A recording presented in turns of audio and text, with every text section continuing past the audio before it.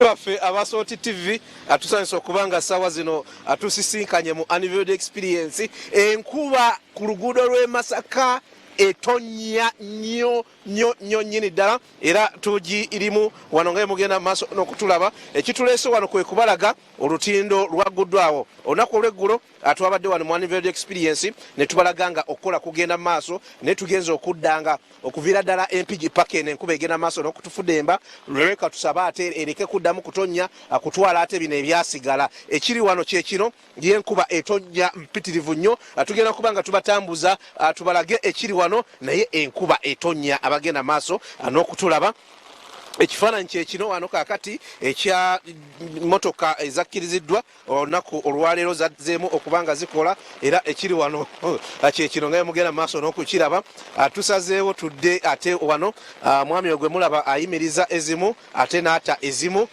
kyekiri wano essaawa zino tuli mu Unveiled Experience tubatuusaako experience kakati eri wano ku Katonga yagguddwa tusazeewo tudde tubalage ekiriwo so mwe abatakisi abakosta abamotoka entonotono eza buyonjo nga bwe muziraba ezo kakati wano mukkirizibwa okubanga muyitawo mukkirizibwa okozesa ekitundu ky'oluguudo kino kubanga kyagguddwa mu butongole olunaku olw'eggulo akawungeezi nga tumaze program abannaffe ab'ekitongole ekya Uganda National Roads Network balangiridde nti motoka zikkiriziddwa okubanga zikozesa ekitundu ky'oluguudo kino era nga bwe mugenda maaso n'okulaba mawulire malungi nnyo nga tuli ku Unveiled Experience tubatuusaako kakati ekiri Katonga twamutandikira mu mazzi tugenza okukomawo nga zikomyewo era mazzi twamutandikira mu mazzi gaali gatwala Isaaka wano tugenza okukomawo ng'era mazzi kate tumanyi oba agali eri era nago gagizeegize naye katutuukeyo tulabe naye nga ekituufu ekiriwo gwe agenda maaso n'okutulaba Katonga agguddwawo olunaku olwaleero n'olwekyo abakozesa oluguudo luno tubagamba nti kakati kyekiseera mutandike okubanga mulukozesa naddala mmwe abatali ba trailer abatali ba trucks zino enene abatali ba baasi gye tuvudde eri wansi empigi diversion eyo ekyaliwo abannaffe aba traffic bakyaliwo balagirira motoka ezo zokka ezirina okubanga ziyita wano zebakkiriza okuyitawo mpozi endala ezina gye ziraga nga tezigenda kutuuka wano nazo bazireka naye nga tulabye nga baasi zonna zikyayita mu bitundu biri ebyasemba bule olaba nti kumpi buli kyuma ekyetaagisa okukola olutindo olugumu kireeteddwa wano kumpi buli guuma sijja nakiyita kyuma kumpi buli guuma ogwetaagisa guleeteddwa wano kakati embeera eri wano olaba nti wano wafunziddwamuko olwa bitrakita bino ebimotoka bino ebiwanvu kakati ebyaleeteddwa ne bibanga akatundu ate kati bikafunzizaamu wali maaso wagazimuko katono nekino ekitisse ebyuma bino ebigumu ennyo ekirabika nti kyakatuuka ate kigenze maaso n'okufunzafunzaamuko ku luguudo kyova olaba nti eri ate waliyo abagenda maaso n'okubanga balagirira abantu butya bwe balina okubanga bakola eggulo twasanze bizinensi ya bannaffe ab'obugaali nga ebuuminga naye ate kino kirabika kikendeezezaamuko ku akasente ke babadde bakola kubanga kakati motoka zitambula akyere ate nga ne bodaboda azakkiriziddwa okubanga zirukozesa bwati Katonga bwayimiridde nga nkugambye nti twajja Katonga nga enkuba etonnya tukomyewo Katonga nga enkuba etonnya twajja Katonga nga mazzi kakati tukomyewo ng'era mazzi era nga etukuba nga bwogenda maaso n'okulaba nekino tekijja tukula nakukola olw'enkuba okubanga etonnya nedda bino twabimanyiira buli asabira ekkanani yakimanyiira Isaac ali mu nkuba yasini kikoyo yetumubikkiridde olw'ebyuma ebiri sensitive naye nga ekiri Katonga enkuba yo etonnyera ddala katusabe atereke kuddamu kutonnya kubanga etuuka ku leveeri ate yaleeta ebizibu naye nga bw'olaba ne bw'otunula wansi wennyini nga bakulaza ekiri wansi ekifaananyi ojja kulaba nga amazzi wanowo weegali eyiika era eyiikira ddala Unveiled Experience ye program etuli abagenda maaso n'okutulaba tukomyewo kutukulage Katonga nga bwayimiridde banibanga bannayuganda bakozesa oluguudo luno bangi tebalinakimanya nti yagguddwa naye nga ekiriwo kyekyo Katonga yagguddwa wali wafundafundamuko katono olw'ekimotoka naye bw'obanga oyiseewo ate wabeera buzibu bwonna bulala bukuyisa mu kitundu kino. Tewabeera buzibu bwonna. Kimotoka kiwedda kitubalaga olunaku olw'eggulo nga kigenda maaso n'okutindira ekitundu kiri kyamaze okukola ogwakyo. Kati ate obwanga bukitunuuliza guli ogutundutundu ogulala ogunene ogukyasigaddewo ogutanaba kutindirwa. Tuli mu Unveiled Experience, abagenda maaso n'okutulaba ekiri wano kyekino nga mukiraba. Tuzze ate tubalage ekiri ku Katonga mu programu eno yennyini eyasooka okubawa live ku butereevu ku TV nga Katonga asaze nga ebizibu bigudde Katonga, era tukomyewo okubawa live nga Katonga atandise partially okubanga akozesebwa bannaffe abidduka ebiri light. Nakugambye nti bannaffe aba Yonora olunaku olw'eggulo bagambye nti motoka ate ezitali nzito nnyo zibenga zitandika okukozesa ekitundu ky'oluguudo kino nga tebalinda nekulaba embeera nga basoma embeera mpola mpola.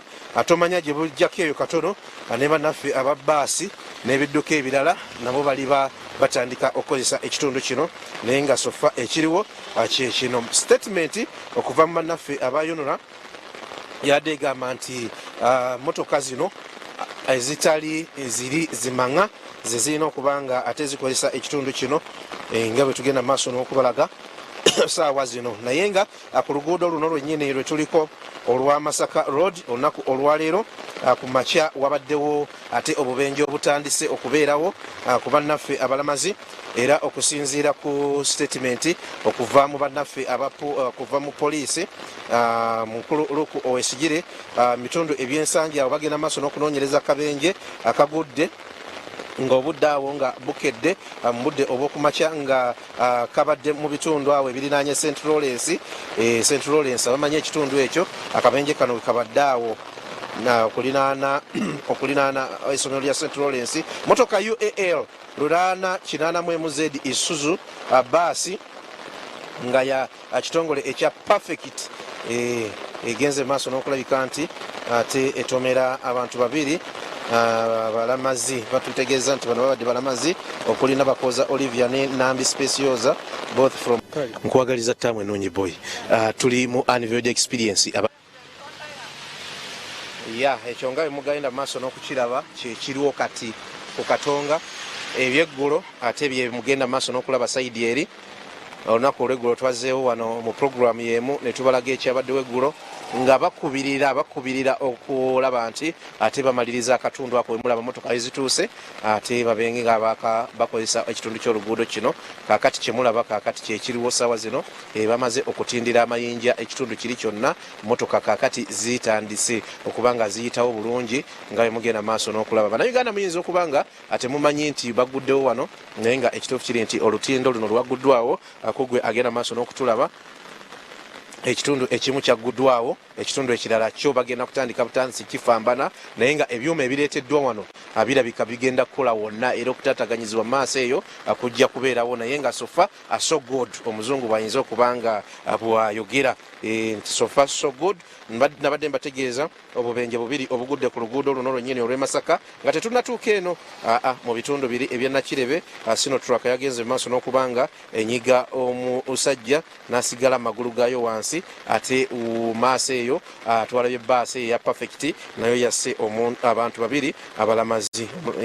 Obudde bwadde bukya ensasa geeyo negenda maaso n'okugwawo. Tuli mu Unveiled Experience kasavu kanyama enkuba ekyafudde embeeno tubadde tubalaga era tukyabalaga ekiriwo, naye ate still nga tubalaga ate byabaddewo eggulo okubalaga nti eggulo etwabeereddewo kyabadde bwekiti, ate olunaku olwaleero ate kiri bwekiti. Ekiriwo kaakati kyekyo, naye nga okubasomerako ku public notice okuva mu bannaffe aba Yonora May 3/2023 bagamba nti restoration of light traffic at Katonga Bridge along Kampala Masaka Road. Restoration of light traffic at Katonga Bridge along Kampala Masaka Road. abagamba nti following the heavy rains which washed away webogedde ekigambo heavy rains ne ndaba rains zetulimu ate nentandika okutya nti following the heavy rains which washed away part of the Katonga bridge on the Kampala Masaka road, the use of the bridge was stopped for safety reasons. Efforts have since been made to reinstate the bridge to traffic flow. The bridge shall be used for light traffic, which will include strictly the following vehicle categories. Kakati mwe bengenda okusoma mwe bakiriza okubanga mukozesa ekitundu ky'oluguudo kino. Motorbikes nga bwe muziraba ezo zakkiriziddwa okubanga zikozesa ekitundu ky'oluguudo kino wadde nga obugaali tebabutaddeeko naye nabo ndowooza mwebuli. Salon cars emmotoka nga eyayiza akabagimanyi ezo ze salon cars zakkiriziddwa ezo ezitatikka bantu baweza kilo 10 zakkiriziddwa okubanga tuza mutebyo balina mmeka. Station wagons oba SUVs ezo kati ngeyo Musumba Rosias Bujingo ez'abakulu nga Charles James Senkubuge ezo zibayita station wagons oba SUVs ezo zimanga ezo zikiriziddwa okuyita ku luguudo zino. 14 seater taxi vans ezo zi taxi zino zemulaba eza bulijjo nazo zakkiriziddwa okuyita ku luguudo luno. Ne batugamba nti endala ezakkiriziddwa ze 28 seater coaster vans. Coaster nazo zakkiriziddwa. Ajukira nti Masaka tujawula ku coaster kitegeeza nti baasi zigulobo zibiki ezo tezinaba kukkirizibwa. Bagenda maaso mu statement yabwe ne bagamba any vehicles not included in the above category shall not be allowed to cross the bridge. Mukitegedde ekyo. Any vehicles not included in the above category shall not be allowed to cross the bridge. Okusinziira ku statement y'abannaffe aba UNRA, era ne bagamba nti the bridge shall be a one lane access and therefore travelers should expect some delays. Era delays muziraba kati nga bwe mulabaawo ekyo kye bayita delays kubanga it's a one lane lane emu kakati yekozesebwa ate lane emu bwegenda maaso n'okukozesebwa na kino ekimotoka kye tuliko kati nakyo ate kifunzizaamuko neva mu kubeera lane emu ate ne kifuuka ekirala bajjako byuma ebigenda okubanga bikozesebwa. Bagambye nti the bridge shall be a one lane access and therefore travelers should expect some delays. Abatambuze mujja kubanga musuubira okubanga mutataganyizibwa mu ntambula yammwe kubanga egenda kubeera one lane yeyo gyolaba awo maaso awo we bamaliriza okukola ate bwetuuka wano olw'emmotoka zino ezigenda maaso n'okuleeta materials ezigenda okukola wano bridge ate eva mu kubeera one lane neefuuka ndowooza half lane nga mugenda maaso n'okulaba. So okusinziira ku bannaffe aba UNRA babagambye nti mujja ku expecting some delays. Kitegeeza nti mujja kubanga mutataganyizibwamu, mujja kubanga ate musumbuyibwamuko katono era mulina kubeera bagumiikiriza nga mukozesa ekitundu ky'oluguudo kino. UNRA egeze maaso negamba drivers are required to strictly follow the guidelines of traffic officers, the signs and markings on the road for safety to avoid delays. Abamanyi oluzungu ekyo mukitegeera babagambye nti drivers mulina okumwetagisibwa okubanga strictly mugoberera guidelines oba ebiragiro n'ennambika nga bwe mulaba kakati awo bwe bagenda maaso n'okubalambika ku ntambula ey'abannaffe aba traffic na bano bonna abakolera wano kubanga ate mujja kubanga bamu musitopingibwa abalala bayitewo nga bwe tugenda maaso n'okubalaga kakati ekiriwo era gye bujjako awo oba mu biseera ebyo bijja maaso wajja kubanga wabeerawo koneka jaamu akatonotono. Further structural integrity assessments shall be carried out to determine the use of the bridge by heavier vehicles.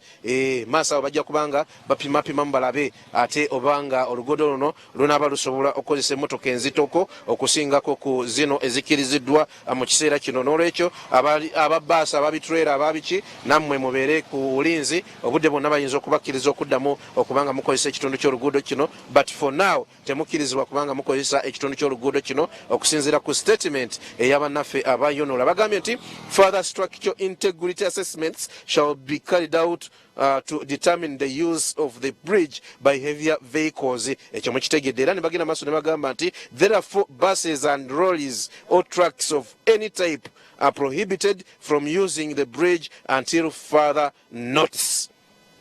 Ababiroole buses ne bitrucks temukkirizibwa kukozesa kitundu kya luguudo kino paka nga waliyo okulangirirwa okulala. Other interventions will continue with the objective of reinstating the road to its full use in the shortest time possible. Wajja kubeerawo intervention zina biki naye nga statement ey'abanafu abayonula bwetyo bwegamba. Unveiled Experience ye program mwetuli akakuba kakeddekeddemukko kati network ndowooza nayo ezzeemu okulayika nti ate ezzeemu okwasaganya. Ejjukira nti line za network wano zaali za blockingibwa naye nga Unveiled Experience ye program mwetuli atubalaga kakati ekiri ku luguudo luno olwa Katonga, atubagamba nti Katonga agguddwawo naye kye batugambye kyekiri nti mujja ku expectinga delays nga z'olengera wali nti bano bajja kusibanga motoka ezimu batenge ezimu basibenga ezimu batenge ezimu. Kino kijja kubanga kyenconveniencinga mukko ku ntambula yammwe abakozesa oluguudo luno naye mukigumire.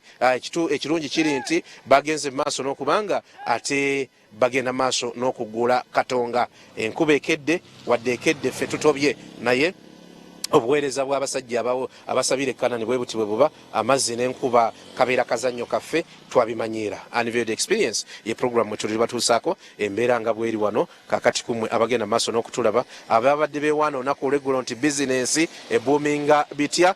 Twagala obategeeza nti kebaaliddeko keekaabwe ennaku ezebbiri esatu ze bakoledde wano ne bannyukanga n'emitwalo 8 na biki ababugaali bwe mwawulidde.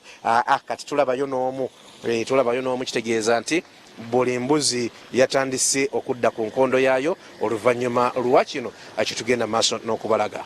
Tuli butereevu ku Soul TV ebeera Unveiled Experience tubatuusako embeera nga bweri ddala wano ku Katonga we tuli. Bagenda maaso n'okukola kakati emirimu egy'enjawulo wano ku Katonga. Tusanze enkuba etonnya ndowooza nga abakozi ate bavudde ku mirimu gyabwe kati bagenda kuddako. Ekiddako kyekyokukola leeni ey'okubiri yetwala abantu e Masaka yabomoka wano yonna neggwaawo ereeta abantu e Kampala yokka kakati yeekozesebwa. So nakyo tukisuubire nti ate obudde bwonna kigenda kubanga kiggwa. Tulowooza nti wetunamalira omwezi guno ogw'omukaaga ate buli kimu kijja kuba kawerette wano wetuli kumwe abagenda maaso n'okutulaba abeekomedde ku Soul TV. Tuli mu Unveiled Experience tubatuusaako embeera nga bweri wano e Katonga wetuli asaawa zino.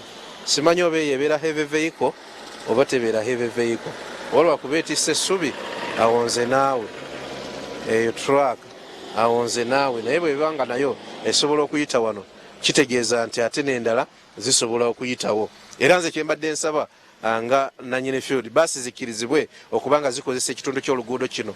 Bino bitrera n'endala zandibadde zo zigiragiramukko naye ndowooza baasi zandibadde zikozesa ekitundu ky'oluguudo kino kubanga twalabyeko bitrakita bino ebitisse ebintu ebizito ennyo nga bigenda maaso n'okubanga biyitawo. Asaawa zino ebyuma by'abasajja bano Abachina bigenda maaso n'okupaakungulula ebyuma kuno ebizito ennyo nga tulaba bagenda maaso n'okubipaakungulula nga babissa ebbali bye bagenda okugattagatta ate bakole olutindo lwetulowooza nti lugenda kubeera luwangaazi ate nga lw'amaanyi. Kyekyo kakati kyetulaba kyekigenda maaso wano wetuli akogwe agenda maaso n'okutulaba. Jjukira tuli mu Unveiled Experience embeera nga bweri bwe tugibalaga wano. Bano abasajja badde bakola ssente olutindo baalugudde situmusooke mugjeku wano katono. Simanyi oba mukyakola ssente mubadde mu yeyabeeri n'abeeno kati kiri kitya nga walaba n'ebizibu. Tunula wali twawagira ttiimu ennaku 480 mmeka ennaku ezisembayo ne batukuba naye sooka otubuuzeeko oli oti tunula mu kamera tutya kamera mutunda byakulya bizinensi kati eryeta wano baguddewo luli tewabadde waggule bizinensi etambulako bulungiko nego nasobola okwoga kampoono oyo alabika otambula na kiri kitya otunda biki tunda chapati yakulya bitambula bulungi. Wali obadde obitunda ku bali ababadde sayidi eri n'ababadde sayidi eno kati obiguzaani kuba kati oluguudo balutadde wona tutunda tubiguzaawo eri n'eri baliwa kati bano abayinginiya bagula bano azimbi bagula wano baguddewo saameka badde nankatuukawo obadde otegedde nti baguddewo naawe weekanze ogenza okusanga nga bakasitoma abo ababeera eri tebaliiwo n'ogamba ki? Nengamba babadde ki? Nengamba kantambuleyo ngendekoyo ndabeyo. Kati obitwalawa capati ozitwalawa? Mbadde ngenda kwa waggulu awo male nkomewo. Kale katukute tweyanziza nnyo atweyanzeege tuli mu Unveiled Experience abagenda mu maaso n'okutulaba kye tubatuusa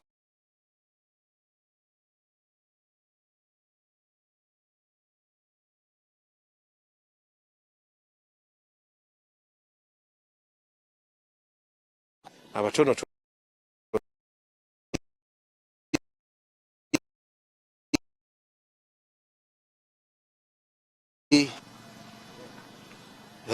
embeera yeeyo ku munnaffe agenda mu maaso n'okutulaba. Tuli mu Unveiled Experience tubatuusaakokko kati nga bwe kiri wano katugendekokko wali tulabe oba tunasobola okufuna ku bannaffe abatakisi wali we ziyimirirako we baziyimiririza oba oli awo tunafunako ku experience yaabo ababadde bakozesa oluguudo oli oluwanvu. General Manager SPD Charles James Nkubuge lwatendereza yavuga olugendo lwatavugangako mu bulamu bwe okuyita empigi okugenda Embalala. Agamba nti Robert Mutebi yamubuzaabuza n'amugamba nti kumpi naye nga ekituufu kiri nti waali wawanvu na buli kati yeesansabaga. Agamba nti talabanga ku lugendo luwanvu ng'olwo naye nga kye tubatuusaako kyekino nga bwe mukiraba. Olunaku olw'eggulo twabadde wano nga wakwatiridde abantu abatambuza ebigere n'ababadde ku bugaali. Kati tuzze wano mu ssaawa 24 zokka nga wakalu wayitawo bammotoka. Gavumenti yasazeewo tukozese ekiriwo naye okubonaabona kukendeeremukko n'obubenje obubadde bugwa mu bitundu biri Isaac Ajava Butambala ne Sembabule n'awalala ate nabo bukendeeremu. Kati motoka nnene ze ziyita eyo maaso awo nazo zijja kuba ndowooza zitandika okukkirizibwa okubanga zikozesa ekitundu eky'oluguudo kino. Njagala nkulaga ekkokko kano akaliwo siisenga si kimotoka kiri motoka ebbiri wano ziyitawo nga bw'ogenze mu maaso n'okulaba. Eva eri n'eva eno zonna ziba zisobola okuyitawo wano wo at least wagazigazimukko ekitegeeza nti singa si kimotoka ekipaakungulula ebyoma wali wano wandibadde wasobola okuyitawo motoka ebbiri. Era bano abannaffe abawanika abayimiriza n'okubutayimiriza motoka bandibadde tebalina nnyo mulimu wano kubanga kano kaleeni akava Masaka nakali akadde Masaka bwali bukoleddwa nga kumpi bwa Double College Dio College nga busobola okuyisa motoka ebbiri naye olw'okubanga ate wali wafunzeemu ekyo kye mugenda maaso n'okulaba ate twesanze nga ekiriwo balina okuyimirizaako ezimu ate n'endala azisobole okutambula. Naye ngaekiriwo sofa ku Katonga kyekino. Katonga bwati bwayimiridde twamubalaga nga ayanjadde amazzi tumubalaze nga kwegali naye nga gaze lwankuba nga tayanjadde tulimubalaga nga yenna agguddwawo naye nga sofa ekiriwo kyekino tetusuubira nsasagge nanjegandala akuddamu kutuuka mu kitundu kino nedda. Tulaba Costa kati olaba Costa wali bweyitawo olaba wafundamukko naye obufunda nga bwe nkugambye buleeteddwa kimotoka ekyo ekigenda mu maaso n'okutikkula ebyuma. Zezo inconveniences aba UNRA boogeddeko ze tubagambye abali ku mukutu guno ogwa SOT TV ze mulina okweexpectinga ekyo kye mulina okumanya nti awo mujja kutaataaganyizibwamukko katono naye nga okutaataaganyizibwa kujja kuba tekubagaana kutambula. Mujja kuba musobola okutambula naye wajja kubaawo okutaataaganyizibwa okutonotono. N'olwekyo abadde baseerebwa ssente mu batakisi n'ababaasi n'abakosta entambula erina kubanga ezeeyo ku muwendo gwayo. Kumwe abadde bakozesa luutu ziri nga bagamba nti wawanvu kati olaba nti tuzeeyo okukozesa awe twakozesanga nga boogera mu maaso n'okulaba. Ebeera Unveiled Experience program we tubatuusizaako ensi Uganda bwetambula era ng'ekiri eno kyekyo nga bwe mugenda mu maaso n'okukiraba. Olunaku olw'eggulo wali we babadde bakola bo bamalirizzaawo bulungi era olaba nti ne wano wetuli wano waali wabomoka wano wetwaziniranga amazina agajjulujjulu ng'amazzi gatuze eno gatuze eri naye kaakati batindirawo tewali nnyo mbeera gy'oyinza kwogerako nti yeno eyinza okukutaataaganya wano wo watindire era emmotoka ziyitawo nga tewali buzibu bwonna. Nakali akatundu akasigala assessment yakolebwa ba physical planners ne ba technical team ba kitongole ekyo ekya CCCC kyalaga nti wano wasobola kakati okukozesebwa era mu kiseera kino we wagenda maaso n'okubanga wakozesebwa. Tuli ku Soti TV ebeera Unveiled Experience. Tukomyewo olunaku olwokubiri okulaga ekiri wano kubanga TV y'abantu ate abantu beetaaga okulaba bino bangi badde tebamanyi nti wagguddwa akati bwe tusinziira ku mukutu guno ogw'abantu ne tubalaga ate kiba kirungi ne bakitegeera nti oluguudo olugenda mu bitundu by'eggwanga ebyenjawulo lwazeemu okuggulwa eri mmotoka ezo entonotono nga bwe tubalaga essaawa zino.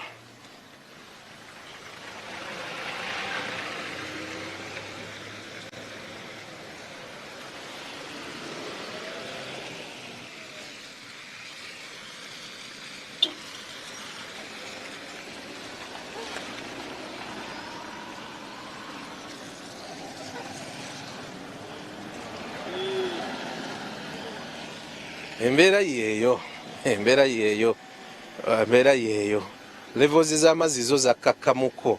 Oyinza okutandika okutya nti bwe tukulaga amazzi olabanga ate agali kungulu. Nedda, levels zakkakkamuko nga bw'oziraba luli gano amazzi g'olaba kaakati wano ge mazzi agaali gabimbye nga gali waggulu gayita waggulu, niyo olaba nti levels zakkakkamuko go geekolera ekikono ekyago era kyekigenda maaso n'okulaba kaakati gaseeyeeya nga bwe gaagala okugenda eri ne gagwa mu nnyanja era ekyo kyekiriwo, naye nga ezo ezirirayiti ezo zakkiriziddwa okukozesa ekitundu eky'oluguudo kino wano we tuli. Unveiled Experience ye programu mwe tuli ekiri e Masaka ekiri oluguudo luno kyetukulaga. Tukitegeddeko nti ne bannaffe embizinya batandise okuddamuko akaseko ku matama, ate ne bannaffe abali mu Lwera abali e Lukaya nabo batandise okufuna akaseko ku matama kubanga abasaabaze abadde bayita eri ate batandise okuyita eno. Kyekyo ekiriwo kaakati essaawa zino kitegeeza nti bizinesi ezibadde zigudde, mwawulidde omubaka ng'alaajana, nawole mwawulira omubaka w'abakyala sayidi eri ng'alaajana, naye kaakati wazzeemuko ku ka bizinesi akatonotono. Ebyo nabyo tujja kubanga tubibatuusaako mwe abagenda maaso n'okulaba Unveiled Experience n'abali ku Soti TV. Ebyo bijja kujja mulirabe ki ekiri eyo, naye nga kyetutegeddeko nti nabo bazeemu okubanga babojjerera ku kasente. Abantu abali mu mmotoka zaabwe naddala batudde mu maaso ga mmotoka, buli omu omulaba alina akasimu agenda akwata ekijjukizo. Abalemererwa okuyita wano kati bakwata kiriwo, naye nga sofa ekiriwo kyekyo nga bw'ogenda mu maaso n'okukiraba. Tuli Katonga, tuli mu Unveiled Experience. Embeera eri wano, amazzi n'embeera nga bweri yeeyo, enkuba yo erabika etandise okubanga ekya, naye nga ekiriwo sofa kyekyo kyetukulaga gwe munnaffe eyeekuumidde ku TV eno. Tukyagenda mu maaso n'okulaga Katonga bw'ali apulaninga omukozesa, omanye butya bw'onaatambula budde bwonna ekimotoka ekyo kijja kubanga kivaawo awo wolaba ewalinga awali akanyigonyigo wajja kubanga nawo wagenda maaso n'okubanga wakendeerakenderamuko obanga wagaziwagaziwamuko, n'olwekyo okwenyiga okwo kwolaba ate kujja kubanga kukendeera gye bujjako eyo katono. Okwenyiga kujja kubanga kukendeeramuko gye bujjako eyo katono.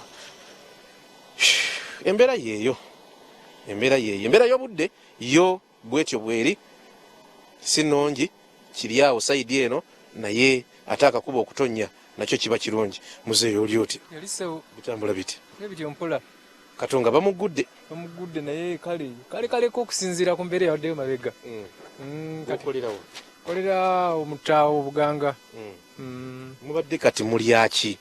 Ebyokulya bibadde era bwe bityo nga kwegira bw'okoleko okoze nengera embeera gye baddeko emabega badde kale olyako katono, naye kati nga kaleko naye kati ojjako bano abadde batunda ebyokulya ku kkubo nga tibikyatambula, ebimu ne babiva nako abadde bakola.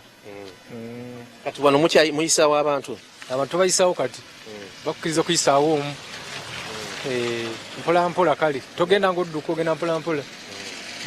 Naye nga abantu bo batambula oba batono bakyali mu kiri batono.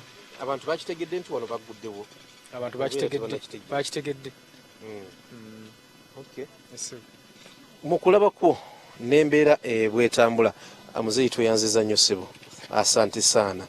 mukulabako n'embeera bwetambula wano wetuli olowooza mu biseera biri nga amazzi tegannagira bwe gati motoka eziyitawo ze zayitangawo nga tuvudde ku bimotoka ebinene si ze ziyitawo era esibu olaba nti nazo tezinnaba era ntono zikyali ntono esibu kale tweyanzizza kale sibu katukuleko ogenda okole kale sibu embeera yeeyo kummwe abagenda maaso n'okutulaba ekiri wano kyekyo nga bwe mugenda maaso n'okukiraba njagala kutegeeza Tamale makanika wa pikipiki oli mukunkubira kasimu webali kubeera ku Soti TV Tamale akyemanyi onkubidde okuntegeeza nti otumbudde otaddeko omukutu gaggadde oga Soti TV mwetubebaza bwebaza nti mwebale nnyo mwebalire ddala okubanga munyumirwa byetukola naye nga abava ku luguudo lw'e Masaka gwe Tamale ova mu bitundu ebyekyotera njagala okugamba nti bwoba olinnya motoka wonna wogirinnyidde togenda kubanga okandalirizibwa okutwala mu bitundu biri ebya simanyi sembabule luddawa ojja kubanga oyitira ddala wano n'akasente kobadde otambulira ojja kubanga kakendera era genda maaso gambe babudu n'abalala nti entambula ezzeemu okubanga erongooka kummwe abakozesa entambula ey'olukale tuli mu Unveiled Experience kummwe abagenda maaso n'okutulaba atubatuusaako ekintu nga bwe kiri asayidi eno kakati bannaffe ab'ebutambala abadde ate balya ssente mu bana abayitira erudda eyo ttiimu ya Isaaka kakati yeri mu buzibu obutali bubadde bweyongedde ku luguudo olwo abatunda ebyokulya badde beeyongedde naye ensonga bwezityo bwezitambula kumwe abagenda maaso n'okutulaba ekiriwo kyekyo ffe tuzze tubalage entambula y'ebidduka n'embeera eri sayidi wano ku Katonga nga bweyimiridde ki ekiriwo kyekyogenda maaso n'okulaba omulabi waffe wa Soti TV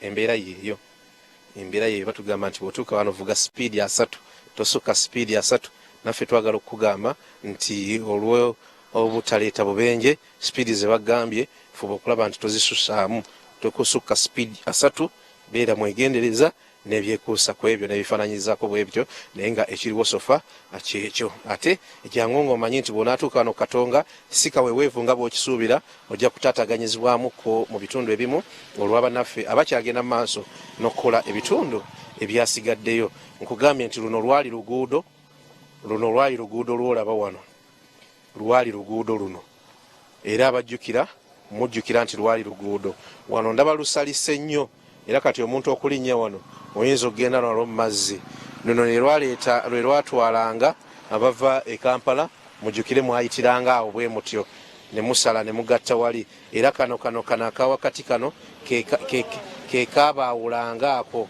mujjukira ke kagendanga maaso n'okubaawula naye kakati wano wo wabomoka era waggwerawo ddala kati kino kye bagenda okugatta ku kino nakino ate ndowooza bakole ekisingako okuba ekyomulembe then buli kimu kibe nga kitambula bukwakku naye olaba olunyanfu olwo lwamaanyi nnyo kitegeeza omulimu gukyaliwo ogw'okubanga wano wagattibwa bulungi nnyo waleke kuddamu kubeerawo buzibu era maaso awo suubira nakino kiyinza okugattulukuka ku kiri naye we kinaagattulukukira ate bajja kuba ndowooza bamaze okukola ekitundu ky'oluguudo kino tubalaze Katonga bwafaanana twabalaga bwe yali afaanana tuzze tubalaga buli kimu nga bwe kyajja kikyuka ku Katonga era tubalaze kakati ekiriwo nga kyekino kyemugenda mu maaso n'okulaba abannaffe abeekuumira ku Soti TV embeera eri wano yeeyo nga emugenda mu maaso n'okugiraba amazzi geego lulimu ayitanga mu Katonga nga wano wonna kitoogo abaali baludde okuyitawo nga tolaba namazzi gano mangi nnyo kuba gaali gamamiriddwa ebitoogo kati ojja kuyitawo ng'olabira ddala omuggo oguwedde emirimu kumpi kulaba nnyanja eri esayidi wano ekiriwo kyekino nga tugenda maaso n'okukiraga ogwaffe tugukoze ogw'okulaga buli kimu ekijja kibeera ku Katonga wano naye olunaku olwaleero ne twagala tukutegeeze nti Katonga agguddwawo mu butongole era ekigenda mu maaso kyekino nga bw'okiraba nga weesiimye okutambula n'omuzungu tamanyi luzungu tamanyi luganda ate nga akwatidde ensawo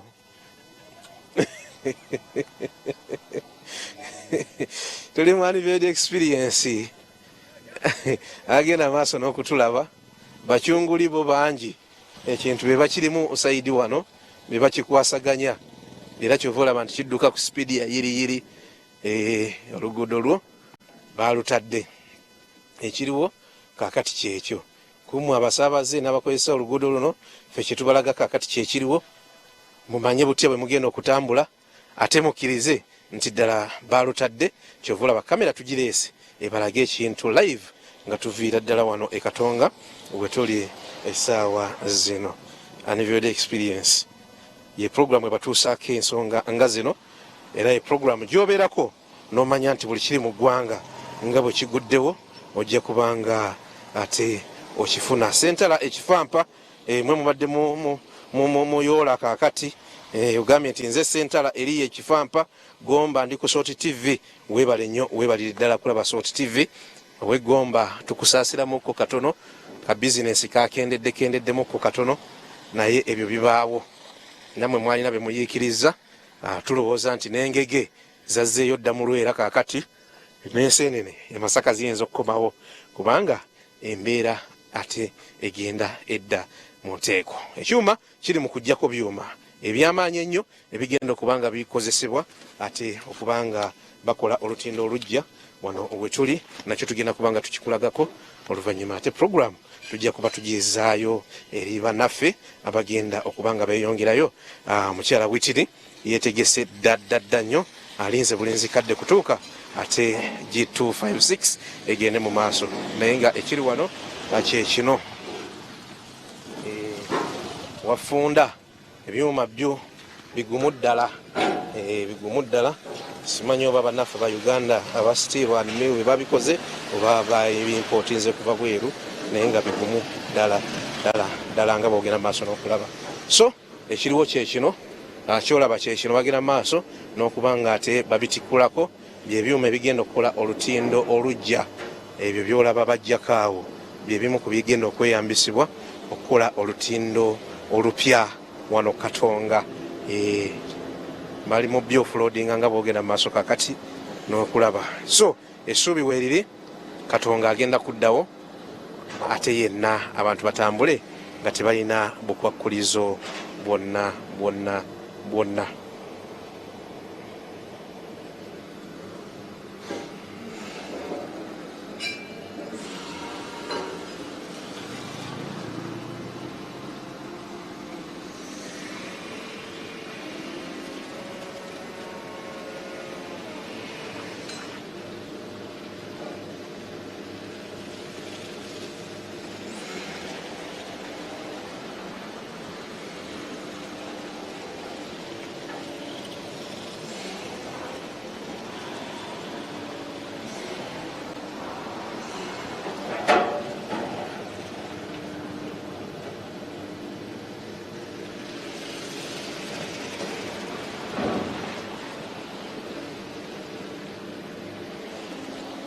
Tuli mu Unveiled Experience abagenda maaso n'okutulaba tubalaga Katonga eyagguddwa saako ate developments ez'enjawulo eziri wano azeezo nga bemuzirabye era nga bemuziraba okukola kukyagenda mu maaso naye ate ng'ekitundu nga tubategeeza nti ekimu ekyoluguudo luno ate ekyo kyagguddwawo nga bemugeze maaso n'okulaba okukola kukyagenda mu maaso naye ate ekitundu ekyoluguudo luno akyagenze mu maaso n'okubanga kiggulibwawo ng'era bwe tugenze mu maaso n'okubalaga. N'olwekyo mwe mwenna abalina mmotoka ez'engeri ezitali zimu musobola okukozesa ekitundu ky'oluguudo kino nkubanga buli omu atuuka gy'atuuka nga tafunye kutaataganyizibwa kwonna ekiriwo kyekyo bagenda maaso n'okubanga ate bakola ku bitundu ebyenjawulo ebyasigalawo wano ebyetaaga okubanga nabwe babifikisinga olwo Katonga addemu okuggulwawo mu bugazi mu butongole.